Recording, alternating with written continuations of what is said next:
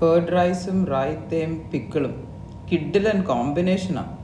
നിങ്ങളിത് ട്രൈ ചെയ്തിട്ടുണ്ടോ? കമൻസിലൊന്ന് അറിയിക്കുക. കേർഡ് റൈസ് ഉണ്ടാക്കാൻ വേണ്ടിയിട്ട് 1 കപ്പ് വൈറ്റ് റൈസും 3 കപ്പ് വെള്ളവും കൂടെ നമുക്ക് കുക്കറിലേക്ക് എടുക്കാം. വൈറ്റ് റൈസ് ഏതാണെങ്കിലും കുഴപ്പമില്ല. ഇവിടെ ഞാൻ എടുത്തിരിക്കുന്നത് പൊന്നി റൈസ്. ഇതിലോട്ട് നമുക്ക് 1 ടീസ്പൂൺ നെയ്യ് ഒഴിക്കാം. അല്പം ഉപ്പും കൂടി ഇട്ട് കൊടുക്കാം. ബാക്കി പിന്നെ അഡ്ജസ്റ്റ് ചെയ്യാം. ഇനി ഇതൊരു 3 വിസിലടിക്കുന്നത് വരെയും കുക്ക് ചെയ്യാം. റൈസ് നല്ലപോലെ സോഫ്റ്റ് ആയിട്ട് കുക്ക് ചെയ്തിട്ടുണ്ട്.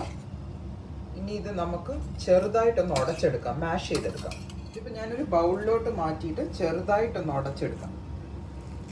കേർഡ് റൈസ് ആകുമ്പം സ്മൂത്ത് ആയിരിക്കണമല്ലോ, അപ്പോൾ അതിന് വേണ്ടിയിട്ട് മാത്രം ചെറുതായിട്ടൊന്ന്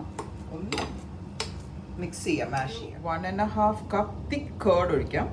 ഇത് അധികം പുളിയൊന്നും ഇല്ലാത്ത കേർഡ് ഒഴിക്കുന്നതായിരിക്കും നല്ലത്. പിന്നെ ഓരോരുത്തരുടെ ടേസ്റ്റ് അനുസരിച്ച് നല്ല സവർ കേർഡ് റൈസ് വേണമെങ്കിൽ പുളിയുള്ള കേർഡും ഒഴിക്കാം.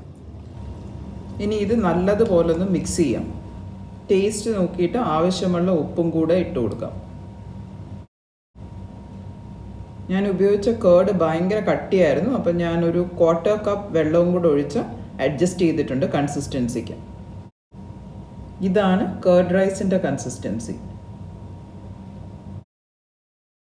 ഇനി ഇതിലോട്ട് ഫ്രഷ്ലി കട്ട് കൊറിയാൻഡർ ലീവ്സും കൂടെ ഇട്ട് കൊടുക്കാം.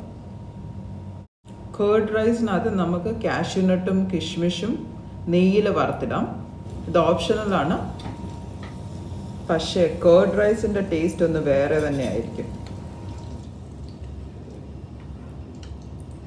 നെയ്യിലോട്ട് തന്നെ നമുക്ക് കടുകിട്ട് പൊട്ടിക്കാം.